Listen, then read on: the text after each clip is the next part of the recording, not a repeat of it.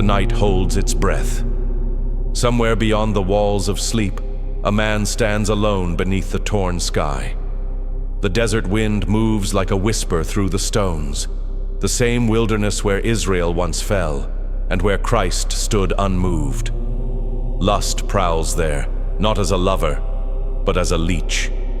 It feeds on weakness, drinks from the hollow places of the soul.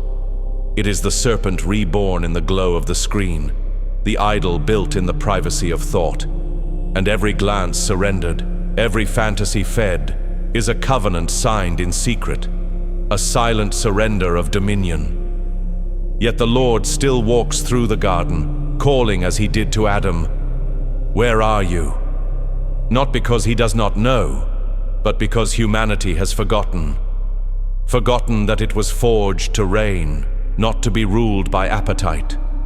Forgotten that the eyes were meant to behold glory, not consume decay. Forgotten that the heart was crafted to burn holy, not to smolder in secret fire. For the ancient words still whisper through the dust, "Guard your heart, for from it flow the rivers of life." Proverbs, chapter 4, verse 23. The heart is the gate of the temple. Leave it unguarded, and the thief will not knock. He will enter singing.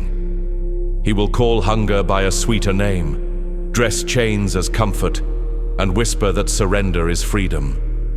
But he lies. He always lies. Every warrior of faith has walked through that valley, the valley of mirrors, where every reflection promised relief and delivered ruin. Each time the mouth said, "Never again," the heart still turned back for one more taste of the dust. And through those ashes, truth was revealed. Sin does not die by shame. It dies by fire. The fire of the altar where desire is laid down, not hidden. The fire of confession, not concealment. The fire that does not caress, it refines. In the furnace of trial, the Lord does not ask for half an offering. He asks for the whole of it, even the part called too human. Because holiness is not the absence of flesh, it is the mastery of it. Man was not born to drift in defeat. He was anointed to stand in dominion. He is not a slave of impulse. He is a son of command. And every pulse, every thought, every tremor of the body must kneel before the Spirit. If by the Spirit you put to death the deeds of the flesh, you will live. Romans, chapter 8, verse 13. Not exist, live. Breathe again in the air of the unchained. Stand again with eyes that do not flinch from light. But to reach that air, the climb must begin. And so the voice turns to every soul who hears. Are you the flame that burns, or the ash that clings to what's already dead? This is the first strike, the gauntlet thrown at the feet of the soul. Do not step back. Choose now what kind of man you will be when night returns.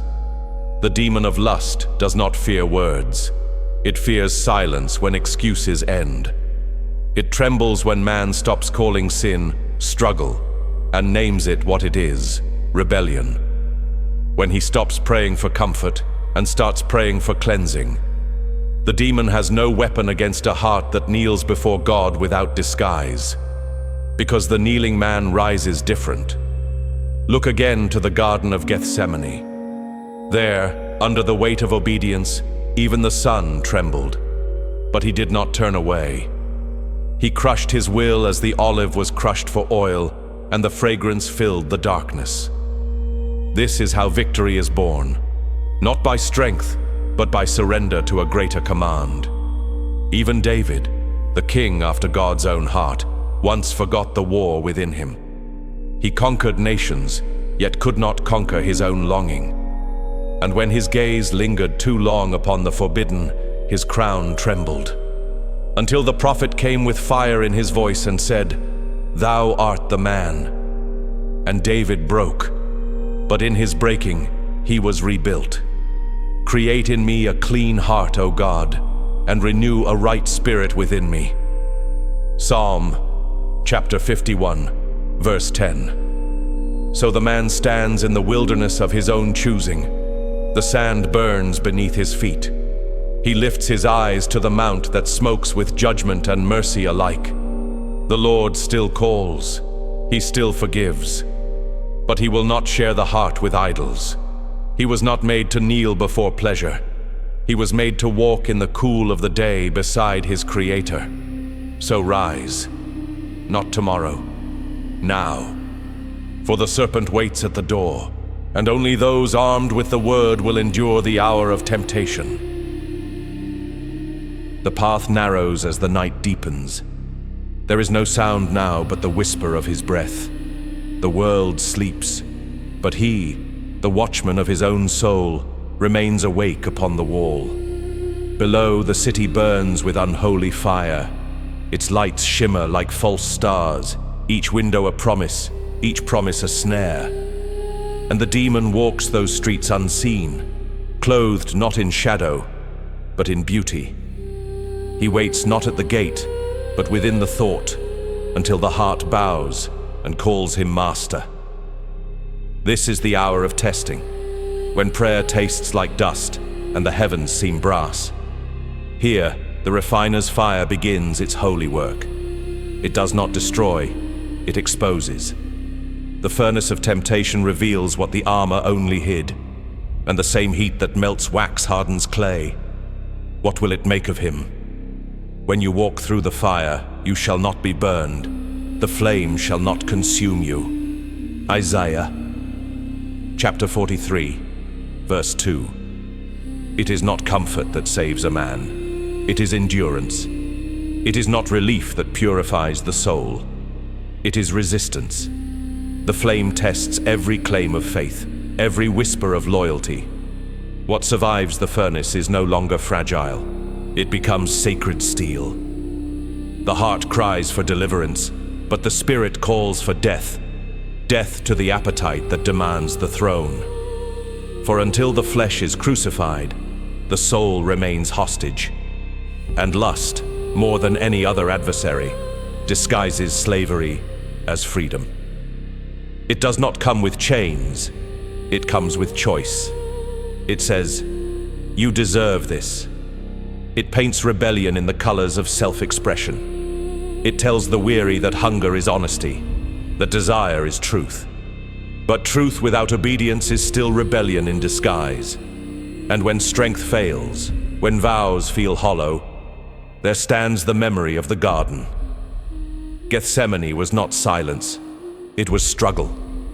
Even there, under the weight of divine will, sweat became blood.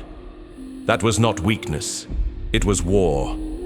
And every tear that fell there still speaks across the ages. Not my will, but yours be done. That is the cry that breaks the back of lust, obedience stronger than longing, surrender sharper than pleasure. The altar still burns for those who dare to approach it.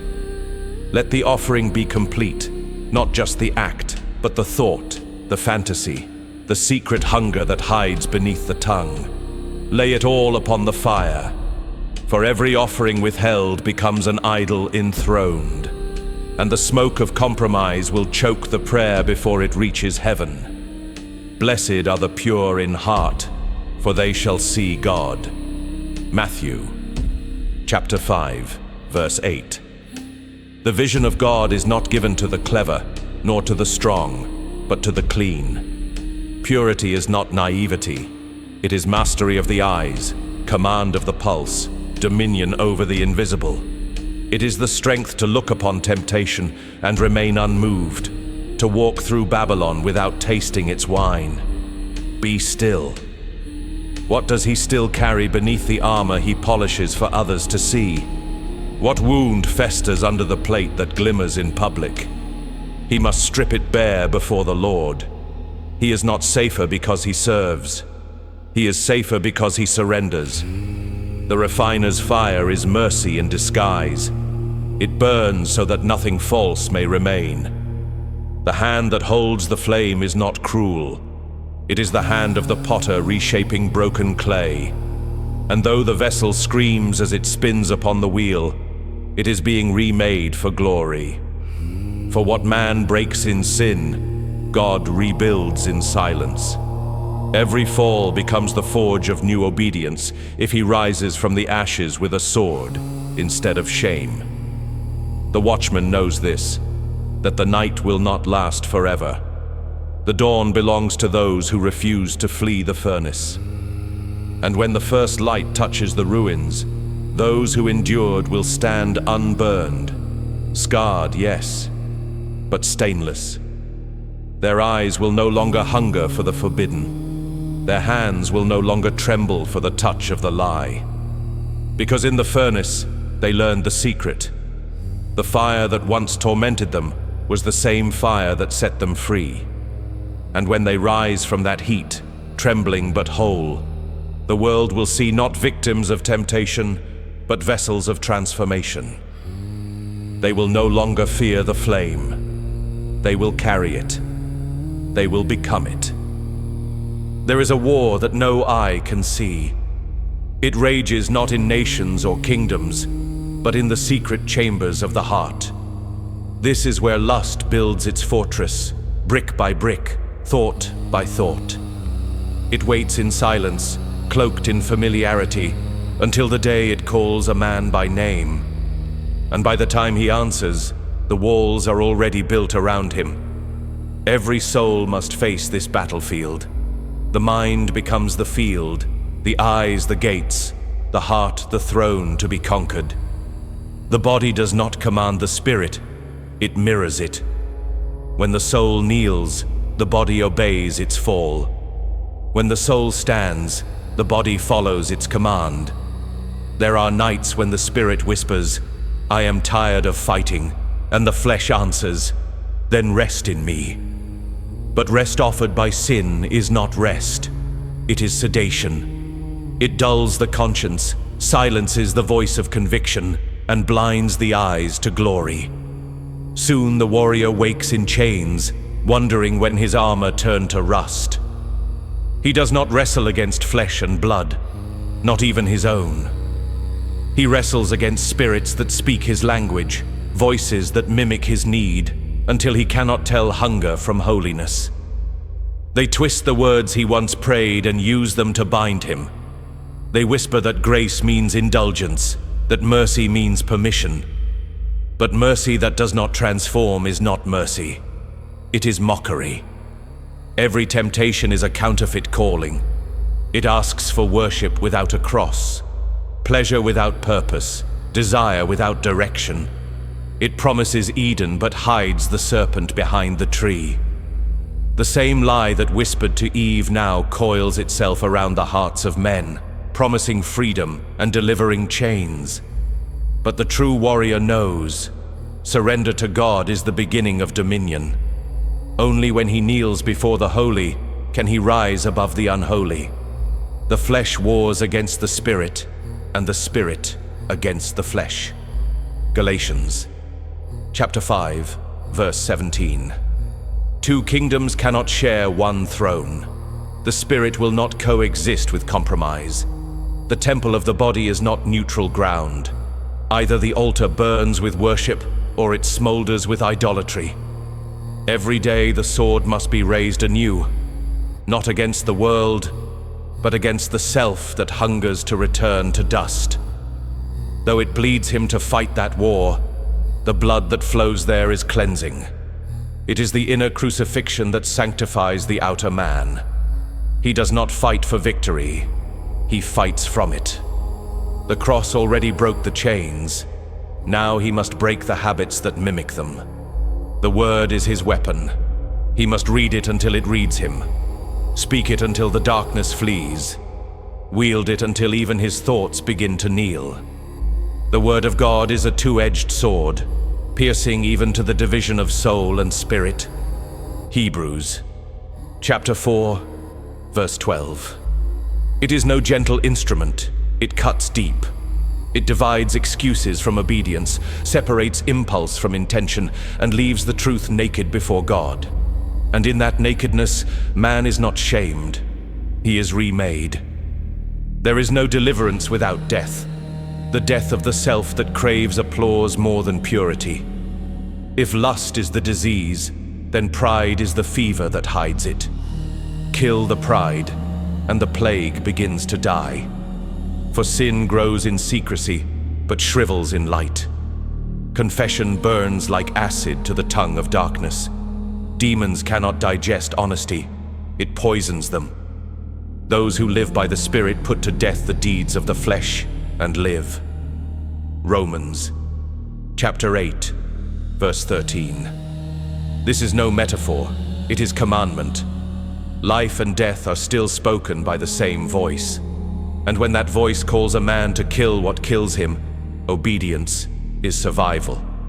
The war within is not endless, it is purposeful. Every struggle becomes a scar of faith, every wound a mark of obedience. Temptation becomes proof of calling, not weakness. The stronger the opposition, the greater the anointing hidden behind it. The enemy wastes no effort on the idle. When the gates close and the books are opened, will his eyes burn with light or with regret? There will be no debate then, no bargaining, no defense. Every secret will stand visible beneath eternal fire. Every unbroken chain will testify against its keeper. But for those who conquered the flesh, that same fire will shine like dawn. So the warrior trains while the trumpet still sleeps. He does not wait for battle to believe in war. He sharpens his will upon the word. He fasts until his hunger remembers who commands it. He prays until the night forgets his name. The flesh will scream, but the spirit will stand. And when the sword falls, his heart will not flinch. For the day will come when the heavens will roar, and the Lord will ride forth upon the white horse. And the saints, those who learn to crucify the flesh in secret, will ride with him, crowned not for conquest, but for endurance. The battlefield lies quiet now. Smoke drifts across the ruins of thought, and in that haze a warrior kneels, scarred but breathing. The sword still trembles in his hand, not from fear, but from the weight of victory. He has seen the shape of his enemy, and it bore his own reflection. The war within does not end with applause. It ends in silence, when a man chooses obedience over impulse, devotion over desire. When the soul whispers, "Enough." The throne is no longer vacant. Then something shifts. The same fire that burned to destroy begins to warm. The same voice that once accused begins to redeem. The furnace becomes a temple, the ashes an altar. For God does not rebuild with new clay. He breathes into the broken. He who overcomes shall inherit all things, and I will be his God, and he shall be my son. Revelation, chapter 21, verse 7. That is the promise carved in eternity. Inheritance is given not to the untested, but to the unbroken. The crown is reserved for those who bled and still believed. The warrior rises, son of dust and fire. His chains have melted. His shame has no breath left to speak. He has crossed the Jordan of his undoing and stepped into promise. The river that once drowned him now reflects his rebirth.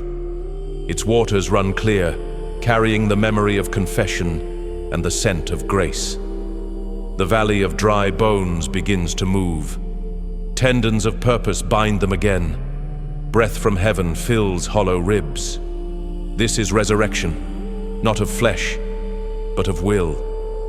Where once he bowed before desire, now desire bows before him. Where once his eyes wandered, now they witness. Where once his heart betrayed him, now it beats beneath command. Create in me a clean heart, O God, and renew a right spirit within me. Psalm, chapter 51, verse 10.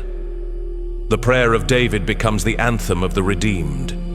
Purity is not perfection. It is perseverance, sanctified by fire. The man who once fell now stands unshaken, not because he is flawless, but because he is forged.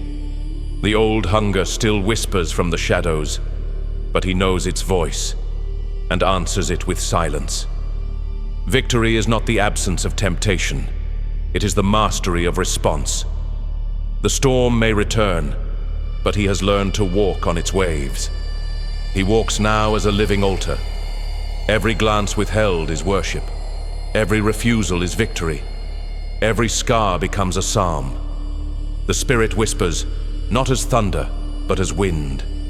It says, "Well done," not for perfection, but for persistence. Not because he never fell, but because he never stayed fallen. The flame that once burned him now burns within him. He carries the furnace in his chest, purified desire turned to purpose. He has learned the oldest truth of the kingdom. Every demon defeated becomes a servant of destiny.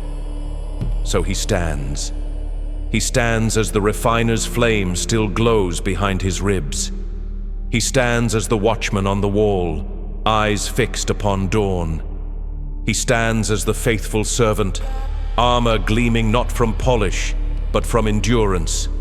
He stands as the anointed warrior, untempted by whispers that once ruled him. He stands as the sun restored, walking once more in the cool of the day beside his Father.